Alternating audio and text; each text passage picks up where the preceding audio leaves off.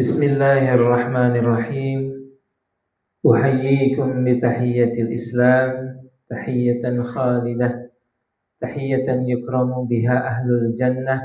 Assalamualaikum warahmatullahi wabarakatuh. Alhamdulillah wa bi ni'matihi tatimmus shalihat. Allahumma salli wa sallim wa barik ala Sayyidina Muhammadin Sayyidi Sadat wa ala alihi wa sahbihi nujuman nairat, amma ba'du. Qala subhanahu a'udzu billahi minasy syaithanir rajim. Wasbir li hukmi rabbika wa la taku wasbir li hukmi rabbik.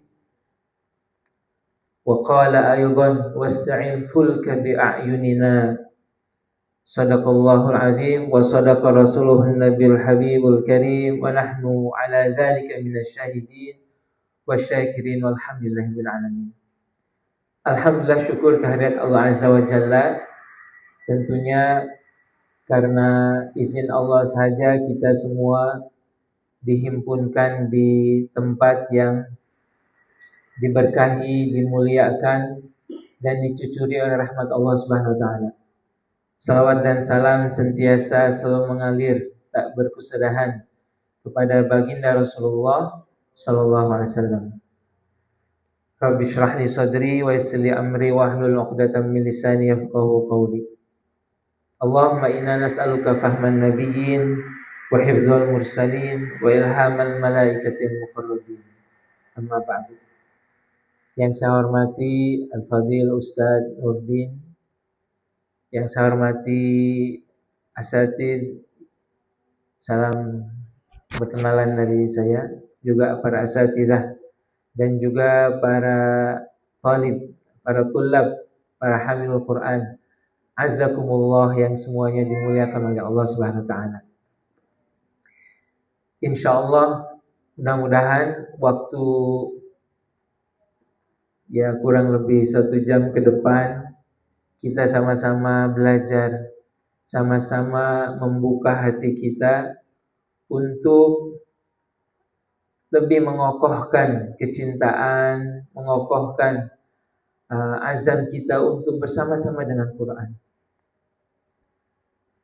Allah Subhanahu wa taala mengulang-ulang kisah Nabi Nuh alaihi salam dalam kurang lebih 10 surat. Kisah tentang Nabi Nuh dan bahteranya. Kalau hitungan Nabi Nuhnya, nama Nabi Nuhnya disebut, itu kurang lebih mungkin sampai 50 kali Allah sebutkan. Ya, baik itu dengan kata ganti, ya dhamir, ataupun disebutkan dengan namanya secara langsung. Quran tentulah berbeda dengan kitab sejarah. Sejarah ini kalau diulang, kadang nggak jelas maksudnya apa, karena yang buat manusia, buku-buku sejarah. Tapi Quran Allah yang menurunkan. Jangankan pengulangan satu huruf, pengulangan satu kisah, satu huruf saja diletakkan, itu mempunyai makna dan impact yang sangat besar sekali.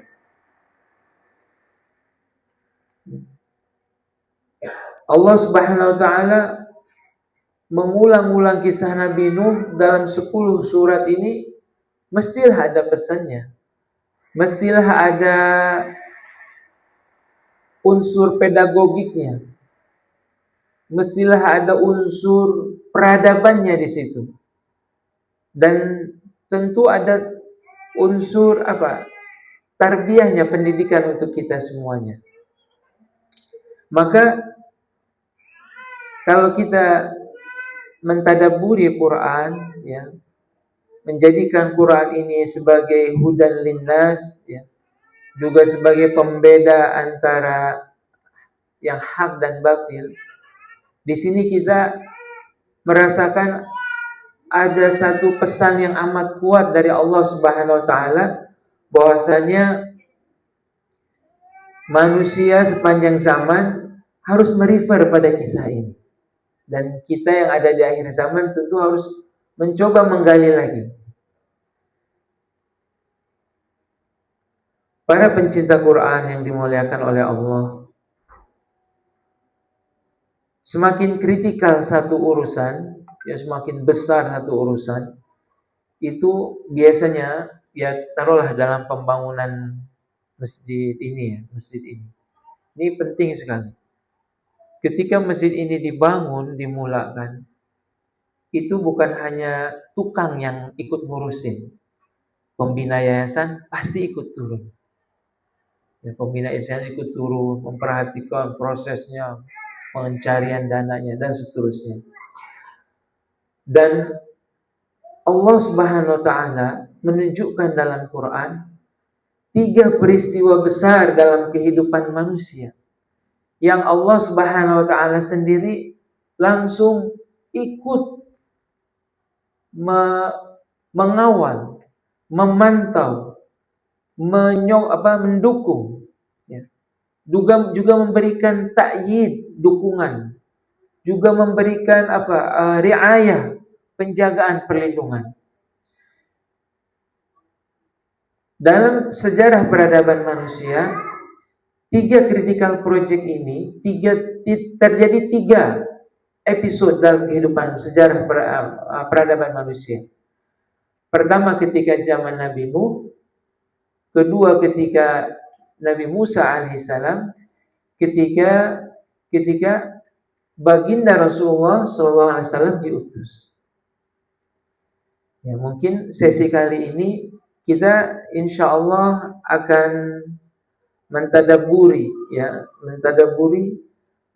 saja dulu, yakni ketika Quran menyebut berulang-ulang kali kisah Nabi Nuh alaihissalam dan apa hubungannya dengan dakwah kita hari ini. Allah Subhanahu wa Ta'ala di surah Hud ayat 37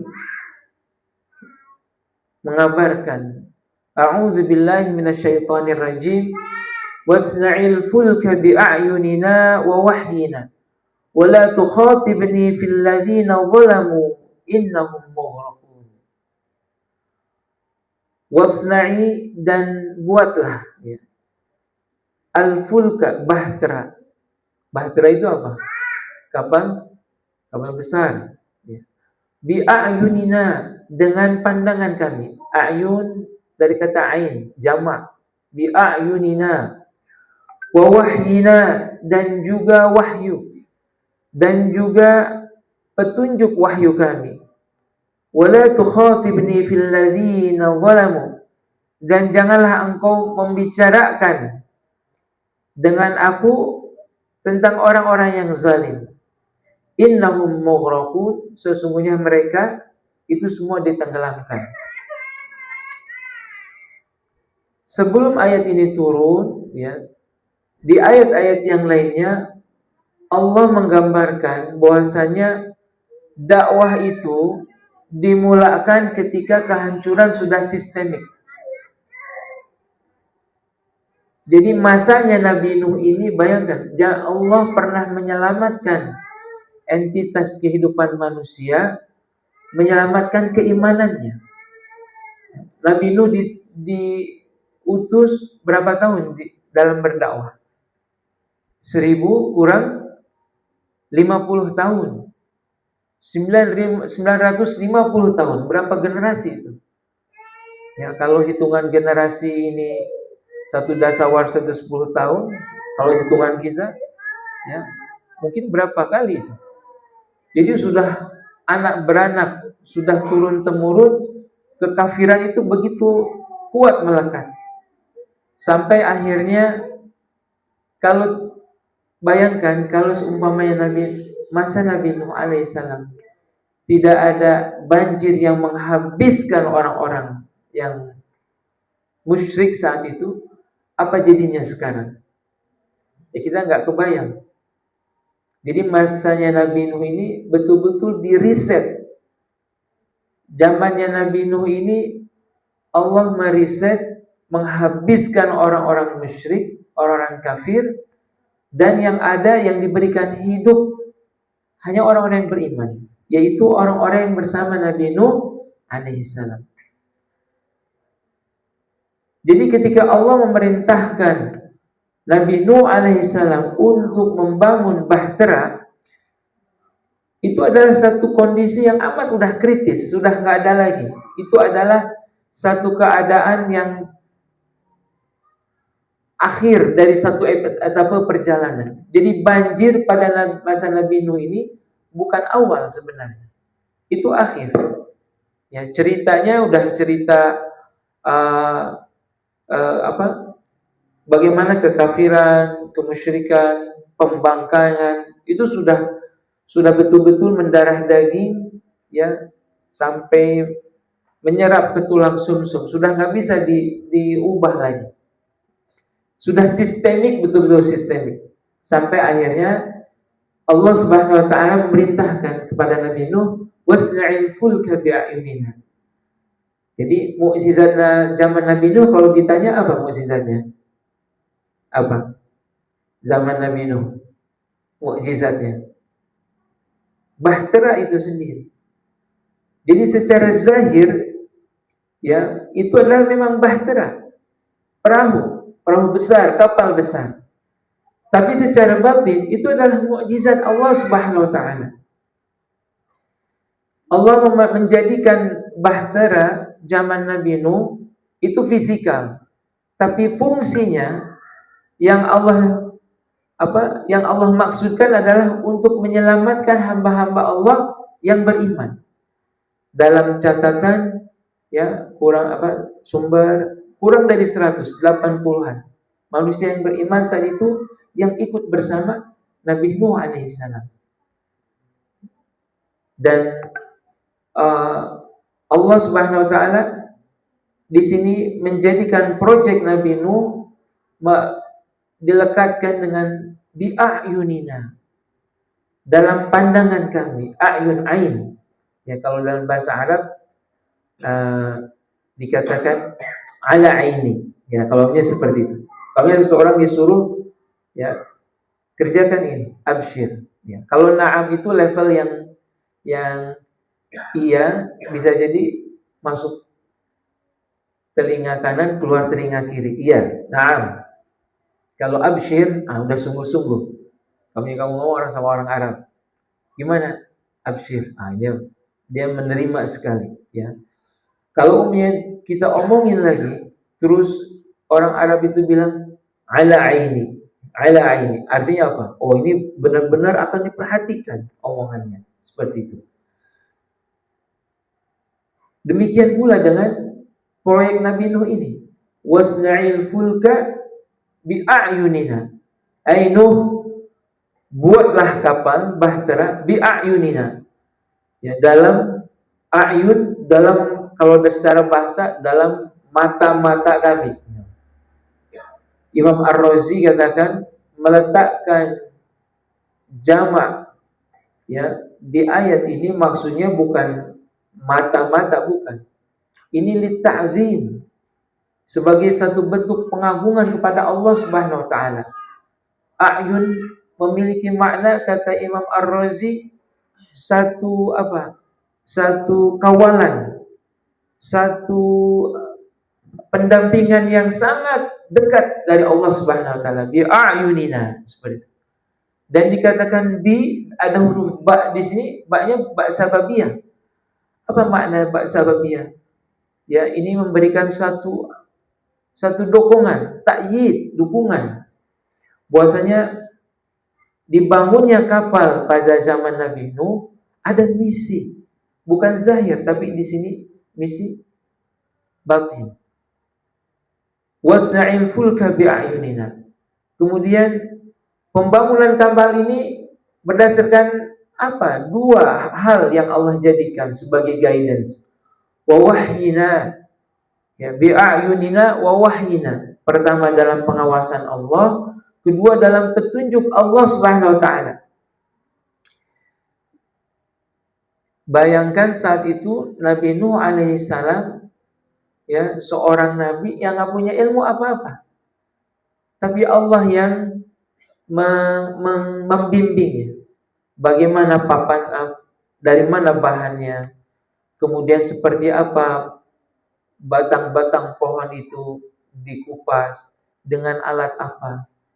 Itu tentu ada bimbingan, ada guidance dari Allah Subhanahu wa taala. Wasna'il fulka bi'ayunina wa wahyina.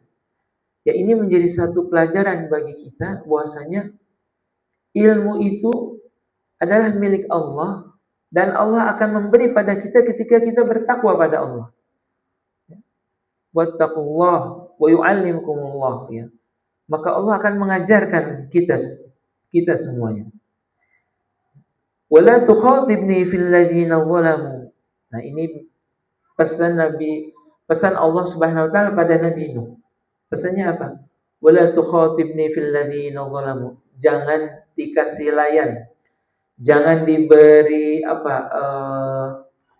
layanan daripada orang-orang, komentar dari orang-orang yang musyrik, orang-orang yang zalim. Ini satu pesan buat kita ketika kita ada dalam satu proyek dakwah, fokus saja dengan proyek dakwah itu. Kemudian Allah memberitahu innahum mughraqun. Ya, bahwasanya orang-orang musyrik dan orang kafir itu semuanya akan ditenggelamkan. Para pencinta Quran yang dimuliakan oleh Allah,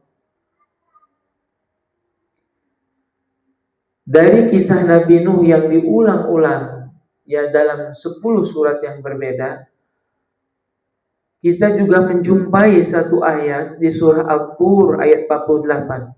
A'udzu billahi minasyaitonir rajim. Wasbir li hukmi rabbika fa innaka bi'ayunina. Wasabbih bihamdi rabbika hina taqum. Shadaqallahul adzim. Ayat ini turun kepada baginda Rasulullah sallallahu alaihi wasallam.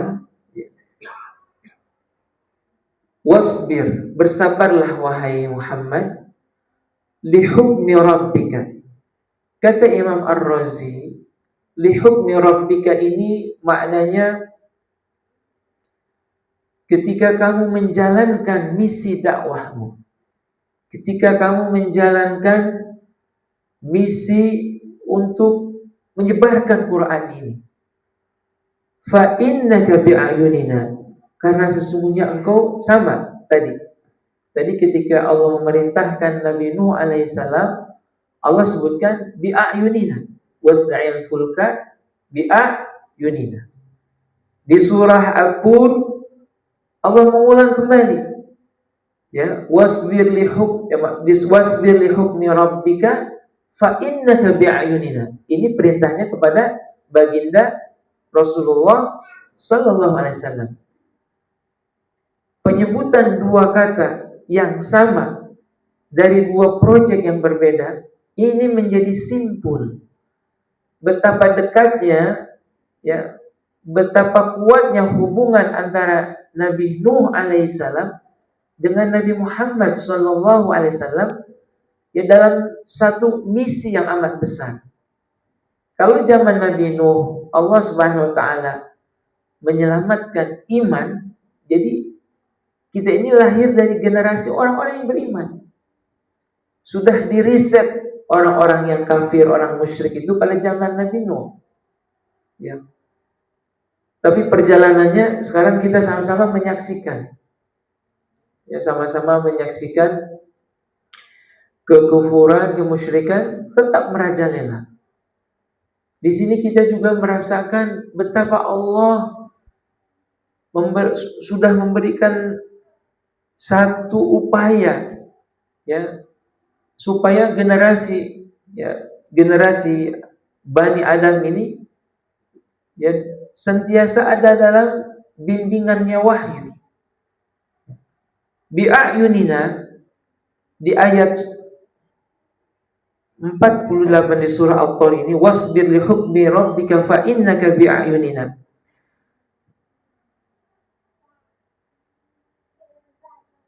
Allah Subhanahu wa taala memerintahkan pertama bersabar pada baginda Rasulullah. Ya, kalau perintah bersabar ini tentu bukan perintah yang sifatnya menyenangkan, ya. Kalau kita dinasihati kemudian sabar, ya, berarti ini satu hal keadaan yang yang amat besar ya yang kita rasakan, kesulitan yang kita rasakan. Tapi kemudian Allah Subhanahu wa taala memberikan tasliyah, hiburan kepada baginda Rasulullah sallallahu alaihi wasallam, wasbir li hukmi rabbika fa innaka bi'ayunina.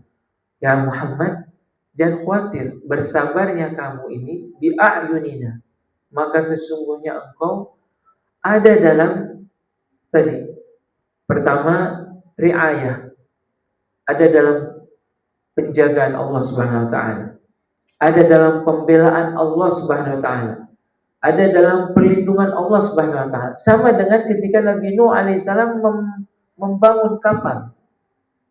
Pada saat itu dalam riwayat bagaimana orang-orang musyrik ya sama-sama mendekat ke tempat Nabi Nuh alaihissalam membangun kapal.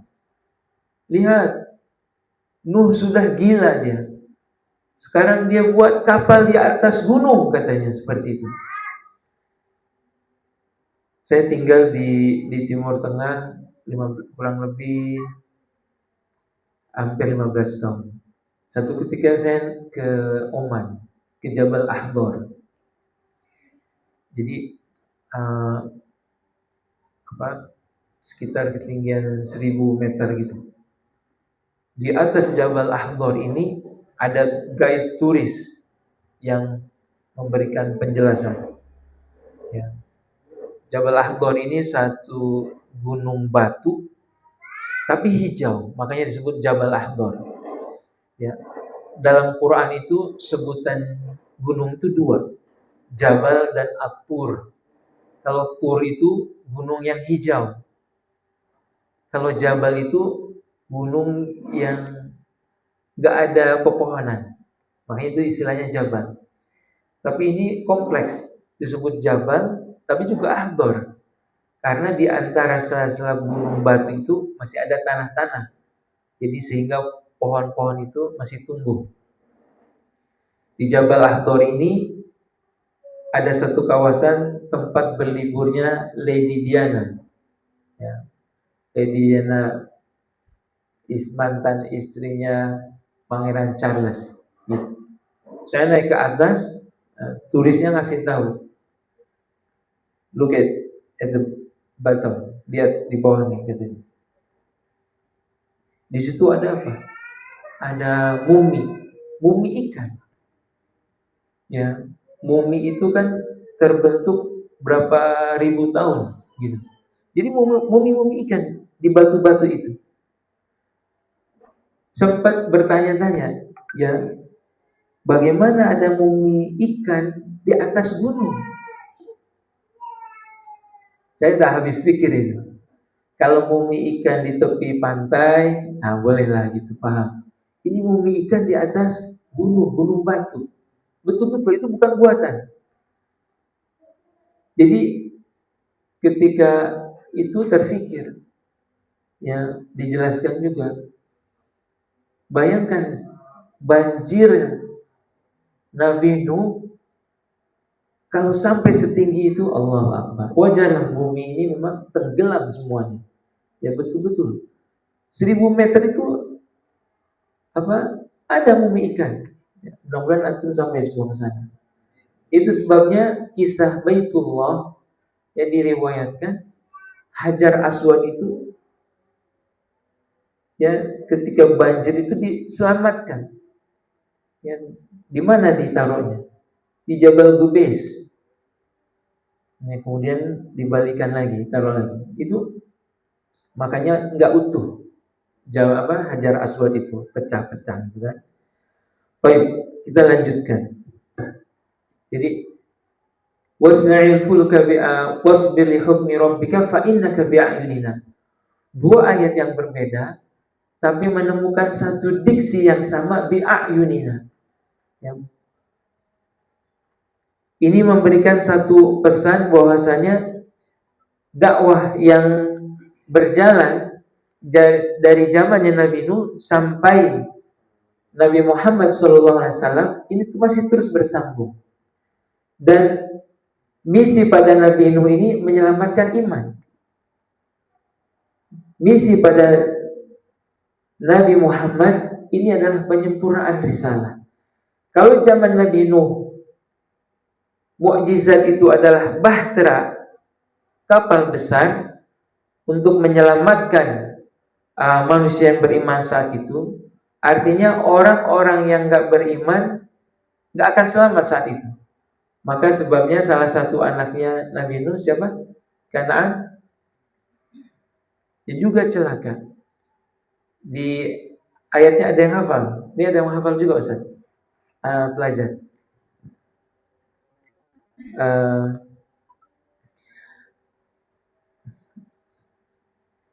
Ya bunayyar kam ma'ana. Ada di ayat ketika ayahnya Nabi Nuh alaihissalam memanggil anaknya Kan'an. Ya bunayya, harusnya irkab ma'ana. Tapi kenapa itu menjadi apa? Menjadi bacaan gharib, menjadi diidghamkan irkam ma'ana. Mengapa?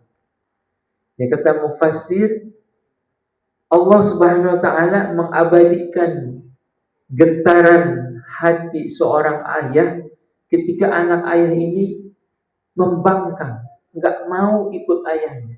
Padahal sudah jelas saat itu mughraqun, semuanya ditenggelamkan oleh Allah.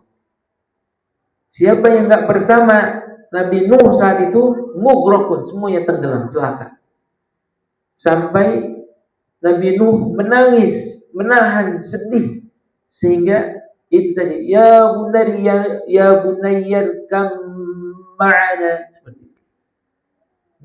Imam Masjidil Haram kalau baca ayat itu menangis, karena membayangkan bagaimana sedihnya seorang ayah yang saat itu berharap ahli zuriatnya selamat, tapi yang ada justru membangkang, durhaka.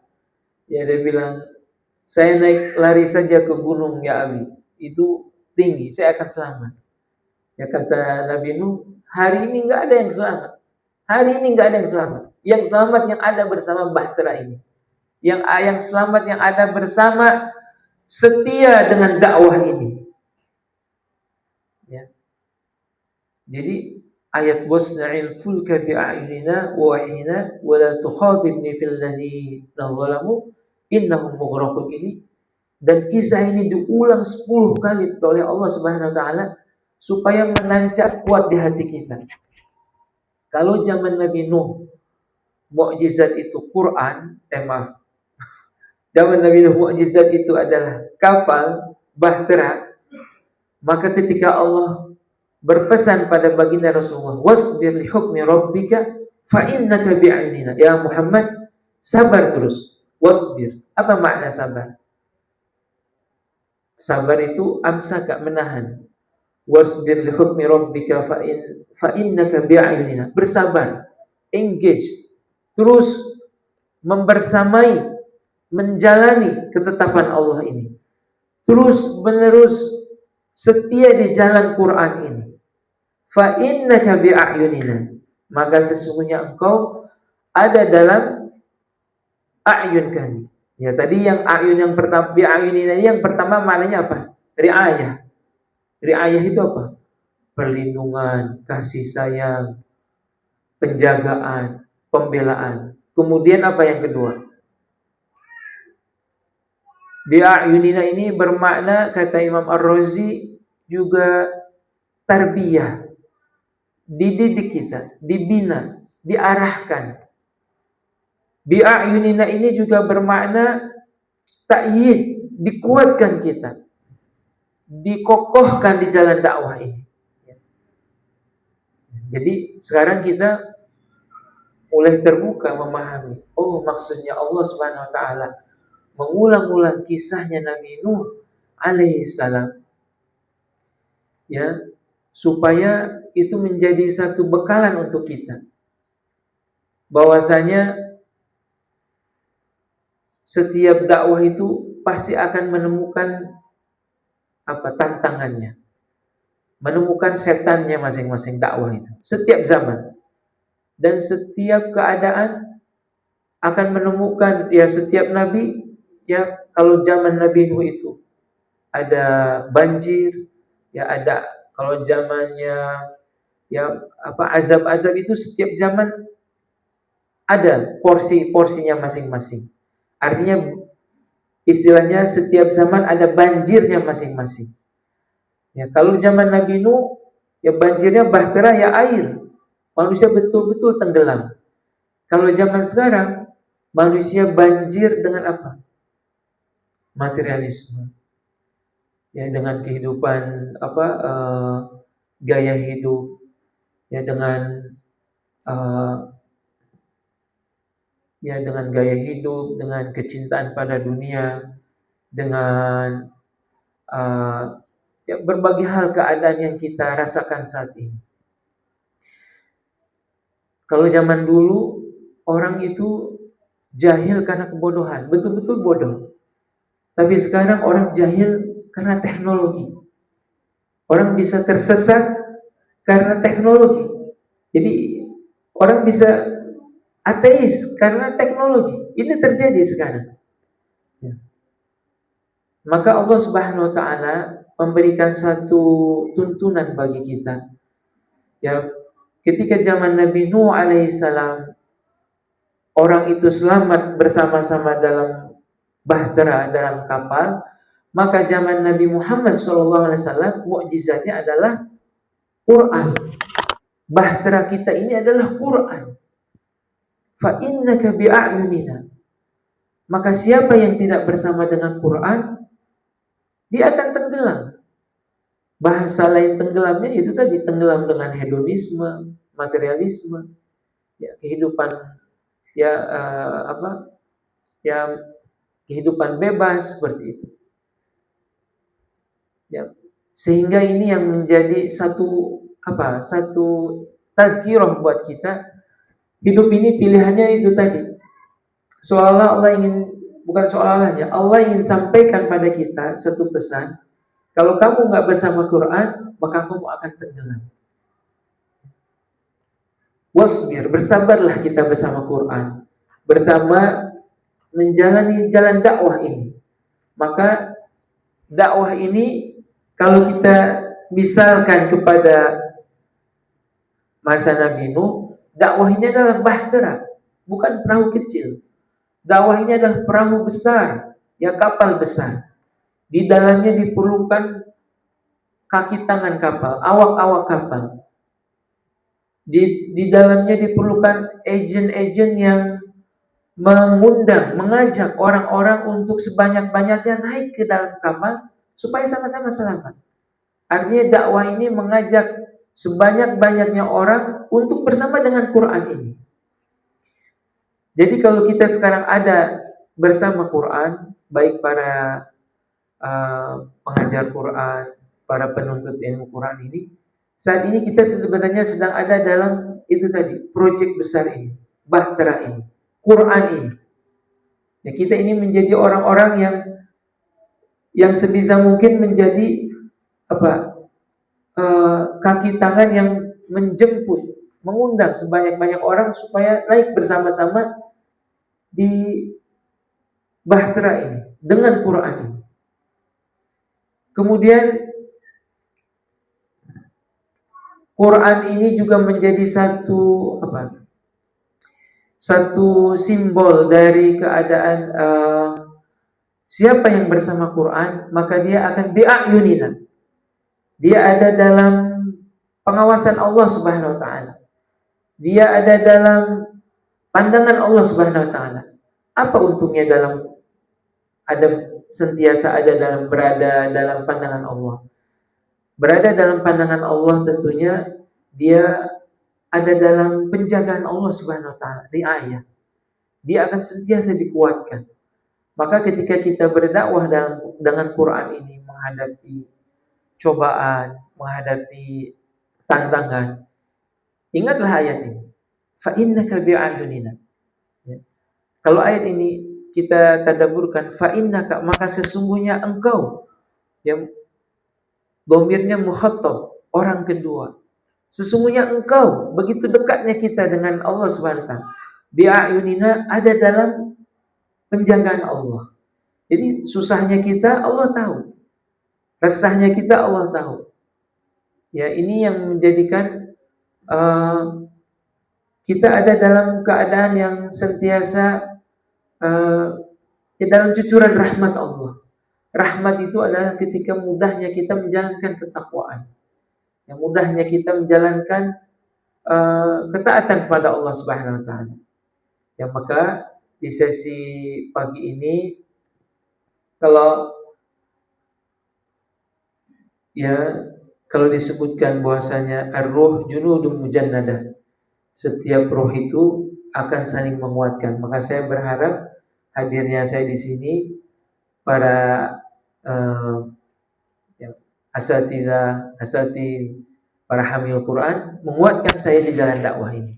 Dan mudah-mudahan kalam saya yang terbata-bata ini pun menguatkan antum semua untuk sama-sama berada dan setia di bahtera terakhir kehidupan ini. Ya, karena sudah nggak ada lagi pilihan. Nggak ada lagi pilihan. Ya, siapa yang lari dari Quran, yang menjauh dari Quran, yang menghindar dari Quran, maka dia akan tenggelam. Mughraqun. Ya, tidak ada lagi yang bisa menyelamatkan dia. Tapi ketika kita bersama dengan Quran, dijamin oleh Allah, kita ada dalam bi'ayunina wa wahyina. Kita ada dalam bimbingan Allah, dalam pengawasan Allah, dalam kasih sayang Allah. Baik, demikian saja tadabbur 2 ayat pagi ini. Mudah-mudahan bermanfaat. Jika ada tanya jawab silahkan. Kalau enggak, alhamdulillah demikian dari saya. Falyatafadhal mashkuran. Silakan.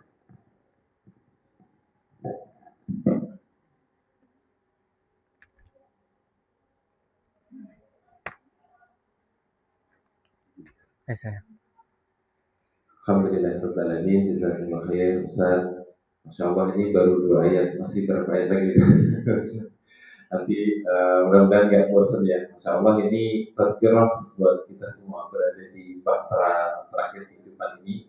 Mudah-mudahan kita dikuatkan, disabarkan untuk terus berada dalam bahtera ini.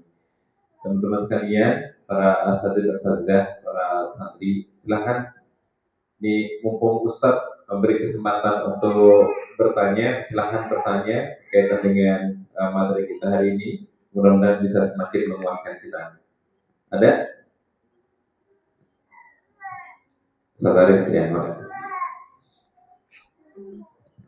ya, Ustaz, maksudnya, Masya Allah Ustaz, jazakallah atas materi pagi ini yang membuka mata kami dan khususnya saya Ustaz ya, yang luar biasa tentang bahtera terakhir kehidupan ini. Saya mendapatkan insight. Ya, Nabi Nuh dengan Rasulullah SAW itu berada dalam satu proyek gitu, kaitannya gitu. Dan tentunya ada ayunnya tadi ya dalam perhitungan yang luar biasa. Baik Ustaz, di akhir tadi Ustaz sampaikan agar kita tidak mau tenggelam dalam kehidupan ini gitu kan, agar dekat dengan Al-Quran. Ustaz boleh sampaikan pesan-pesan simpel atau tips and trick gimana menggunakan Al-Quran ini agar menjadi berada dalam golongan yang mendapatkan riayah dari Allah Subhanahu. Mungkin itu sudah bisa Ustaz.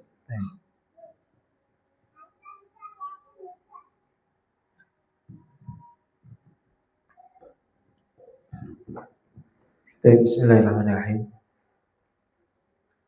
Imam Al-Suyuti ya mengatakan bahwasanya mukjizat yang paling dahsyat yang diturunkan kepada Nabi itu adalah Al-Quran.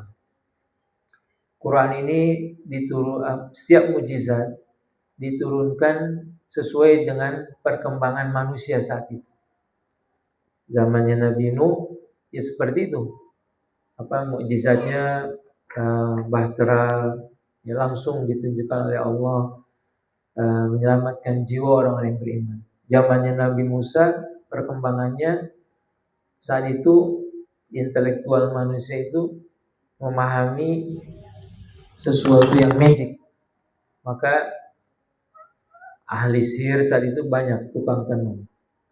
Ya, orang-orang yang pandai, yang hebat itu orang-orang yang bisa sihir saja. Sehingga Nabi Musa alaihissalam mukjizatnya itu tadi, ya tongkat, yang sifatnya magic. Nah, Quran ini diturunkan oleh Allah karena Allah Subhanahu wa taala yang menciptakan manusia tentu mengetahui perkembangan akal manusia ini makin ke sini makin terus makin maju, makin hebat. Gak aneh sekarang ada AI, artificial intelligence, berbagai hal dibuat. AI itu sendiri terus mengalami perkembangannya. Ya, dulu AI nggak bisa disuruh 10 kali 7 berapa, ngaco jawabnya. Sekarang AI udah makin pinter. Ya, nanti ahli fisika memperkirakan kalau sekarang manusia mengatur AI, nanti AI yang akan mengatur manusia. Ya, harus begini gitu. Bahkan nanti AI yang akan mengambil keputusan. Kalau sekarang belum, masih, nah ini hasil saya. Nah, terserah kamu mau mana yang mau dipakai. Nanti AI enggak, langsung di action, begini. Ya, bayangkan, ya kondisi akal manusia otak manusia makin maju. Makanya sekarang gak heran perang sekarang, ya perang robot, drone, ini baru belum seberapa. Ya, rudal, ya semuanya. Rudalnya sendiri, Iran itu buat rudal yang optik. Betul-betul videonya live, ngelihat, ini jalannya. Betul-betul seperti itu. Quran menjadi mukjizat untuk berhadapan dengan otak manusia ini. Karena manusia merasa paling hebat. Ya, ketika dia bisa mentransfer 2 dimensi saja dia udah hebat. Sekarang manusia memikirkan bagaimana mentransfer 3 dimensi. Ya, barang dimasukkan ke kotak dikirim gitu. Kalau sekarang baru 2 dimensi. Ya, foto dikirim itu 2 dimensi. Ya, seperti itu berkembang. Quran ini sudah disiapkan untuk mengantisipasi itu semua. Maka kalau mushaf Quran yang kita ada sehari-hari ini kita baca, dihafali, terus kita merasa puas, ya, mukjizat Quran belum sampai pada kita sepenuhnya, belum. Kita baru bisa membacanya, kemudian bagusin suaranya, udah merasa paling hebat. Apal sekian juz udah merasa paling, padahal belum sampai itu. Quran bukan diturunkan untuk itu. Terlalu hebat Quran kalau cuma sampai di seperti itu. Ya, itu sebabnya Allah Subhanahu wa taala memerintahkan kita afala yatadabbaruna al-Quran. Kenapa kita ini enggak mau mentadabburi Al-Quran? Ya, tadabbur dari kata dabbaro yudabbir, yang paling akhir, menggali yang paling belakang. Seperti itu. Sekarang ya umat ini dihadapkan pada keadaan, ya nggak tahu, kalau orang Indonesia 10 orang cuma 4 yang bisa baca Quran katanya. Itu baru baca aja, belum bisa. Gimana maksudnya yang baca ini berapa yang mentadabburi Quran? Belum juga. Jadi kita ini Allah musta'an, ya. Sedih kita. Quran yang di ayat tadi sudah disebutkan wasbir li hukmi rabbika fa innaka bi'ayunina, ini baru bisa kita baca dan dihafalkan dan kita tahsinkan saja. Tapi kita belum bisa menggali maknanya terus itu.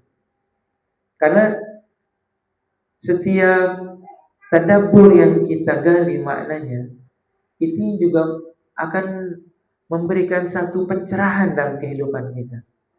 Saya mengisi kajian online tadabbur untuk masyarakat Malaysia dan Singapura 2 kali seminggu online. Sesekali saya ke Malaysia gitu. Itu alhamdulillah sekarang sudah 8 juz, ya, surah An-Nisa. Ya, kita ketika mentadabburi surah An-Nisa, mengapa Allah memilih kata Nisa padahal dalam bahasa Arab yang bermakna perempuan itu banyak. Zaujah, imra'ah, Apa lagi? Mar'ah, bint, bu'lah, apa lagi? Banyak. Ya. Tapi Allah milih An-Nisa, gitu kan? Jadi dan Allah sematkan nama ayat itu An-Nisa, gitu. Nah, ini yang perempuan Anissa ini ada gak yang mungkin tahu mengapa hikmahnya Allah mengambil meletakkan satu surat dengan nama surat An-Nisa. Kemudian di awal-awal menceritakan satu perhatian kepada kaum perempuan dan menyebutnya Nisa. Ya. Gimana Sadilah? Ada yang bisa bagi saya pemahaman? Mengapa? Karena nggak mungkin Allah ini asal naruh aja gitu. Udah aja. Sama aja imro'ah, sama aja zaujah, atau bint atau mar'ah sama aja gitu. Ya. Nisa ini satu entitas perempuan atau wanita yang dihormati independensinya. Ya, dia secara pure, murni, tidak dipengaruhi. Kalau dia seorang istri tidak dipengaruhi oleh suaminya, kalau dia seorang anak tidak dipengaruhi oleh ayahnya, betul-betul wanita. Jadi Allah betul-betul menyebut nama Nisa ini sebagai seorang wanita yang utuh, yang independen, ya, yang terhormat, seperti itu. Ya, ini yang kita, kalau kita nggak tadabbur, kita nggak tahu gitu. Surah Nisa gitu, biasa aja itu Nisa. Padahal Quran mengaturnya beda-beda sekali.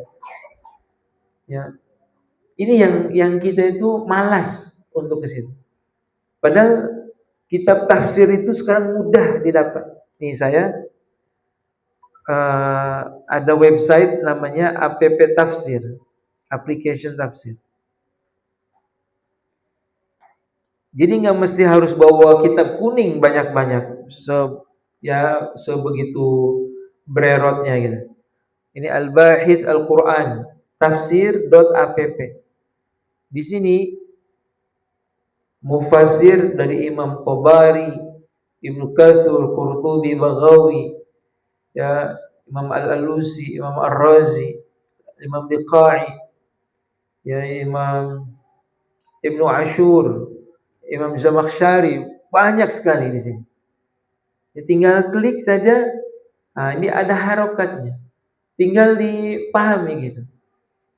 Ya, makanya muamalah kita dengan Quran ini, ya, ketika kita ada di bahtera Quran ini, maka untuk kelas kita, kalau kita ingin masuk ke periode manusia akhir zaman yang intelektual, maka kita harus melangkah ke fase berikutnya, mentadabburi Quran. Kebun Quran ada sesi tadabbur Quran, di samping tahsin, tahfidz dan tilawah. Jadi 2 jam itu kita mampatkan 2 jam itu. Datang murojaah 3 surat, kemudian tahsin dengan sahibut tilawah 2 baris. Kemudian dikasih waktu 10 menit anak-anak untuk nambah hafalan Quran sama murojaah hafalan Quran. Di squeeze, ya. Manusia itu sebenarnya bisa mencapai limitation yang tinggi kalau di press gitu. Anak-anak kebun Quran itu udah kita biasakan. Duduk 10 menit baca tahsinnya, sudah ditalaki juga hafal. Setelah itu dipanggil lagi. Walaupun cuma nambah 1-2 ayat gak masalah. Tapi itu dibiasakan. Ya. Kenapa ini dibuat? Karena manusia sekarang mengalami shallowing. Apa itu shallowing? Shallow, dangkal. Otak kita ini mengalami pendangkalan. Karena apa? Karena kebiasaan kita lihat medsos. Lihat, otak kita digituin makin lemah. Coba sekarang, Ustadz kasih buku, kasih baca 1 jam suruh baca buku, nggak akan kuat, panas, kebakar. Apa ini bolak-balik? Iya, menyedihkan kita itu. Jadi kalau kita mau bicara literasi, literasi itu ya tadabbur Quran. Karena satu huruf itu kita akan mengkaji makna banyak. Kenapa di ayat wal yakhshal ladzina law taraku min khalfihim dzurriyyatan dhi'afan khaufu alaihim. Ada wal yakhsha, ada khaufu. Dimuliakan dengan yakhsha, maknanya takut. Tapi kemudian ada khaufu, takut juga. Apa bedanya yakhsha? Khaufu takut dengan khaufu apa? Yakhsha takut dengan khaufu takut juga. Di sini rasa kita belum ketemu. Wal yakhsha, dan takutlah kamu. Apa maksudnya takut di sini? Kalau kita tadabburi, oh, yakhsha dari kata khusyuk takut itu takut karena ilmu. Ya, seperti diceritakan akibat ini kalau gunung-gunung nih hutannya ditebang, pohonnya diambil gitu. Ketika hujan datang, nggak ada lagi air. Nah, itu kan takut yang dibentangkan dulu secara knowledge, science. Paham? Nanti bayangkan, ketika hujan lebat, tanah nggak bisa menahan air, yang terjadi apa? Lumpur semua, air itu bergelombang, turun menghantam. Baru disada khauf, takut. Itu cara Quran tuh. Ya, jadi cara Quran meletakkan, ya,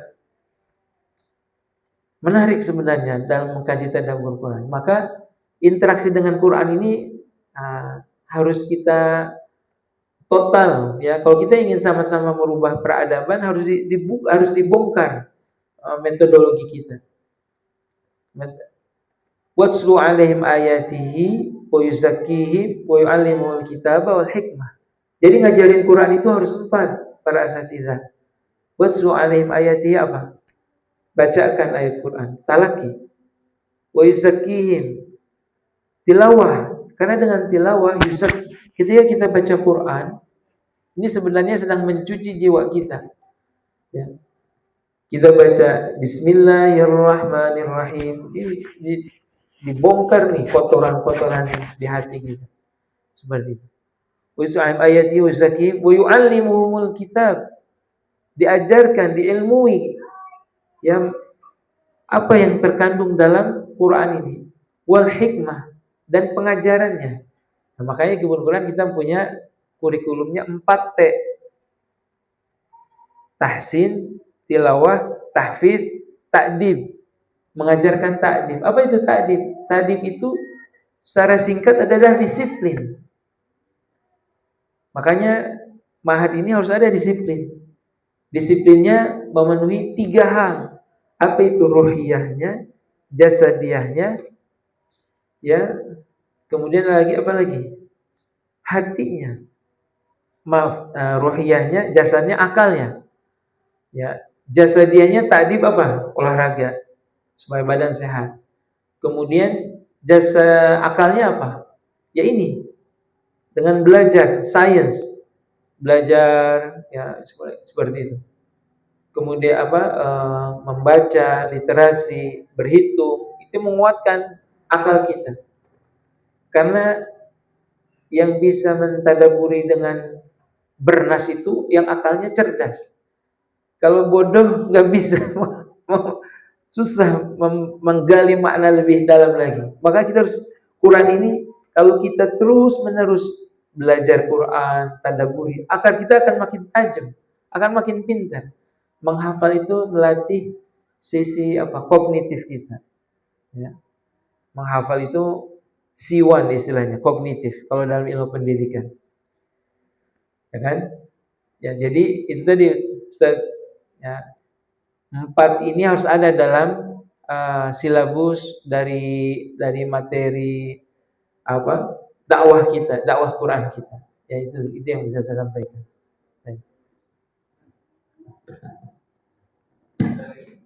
Satu lagi mungkin. Ibu.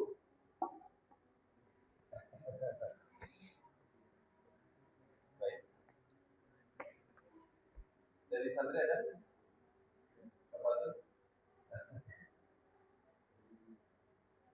Cukup ya?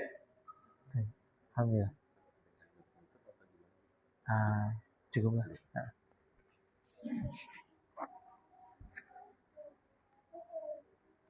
Baik, demikian dari saya. Mudah-mudahan kita semua Allah himpunkan sebagai ahlul Quran. Allah kokohkan kita bersama dalam dakwah Quran ini. Semoga Quran ini menjadi cahaya dalam kehidupan kita di dunia dan di akhirat. Menjadi cahaya di kubur kita. Kita dibangkitkan bersama para pencinta Quran, bersama orang-orang yang berjuang menegakkan dakwah Quran ini. Semoga Quran menjadi cahaya kita ketika kita sama-sama melintas siratal mustaqim. Assalamualaikum warahmatullahi wabarakatuh.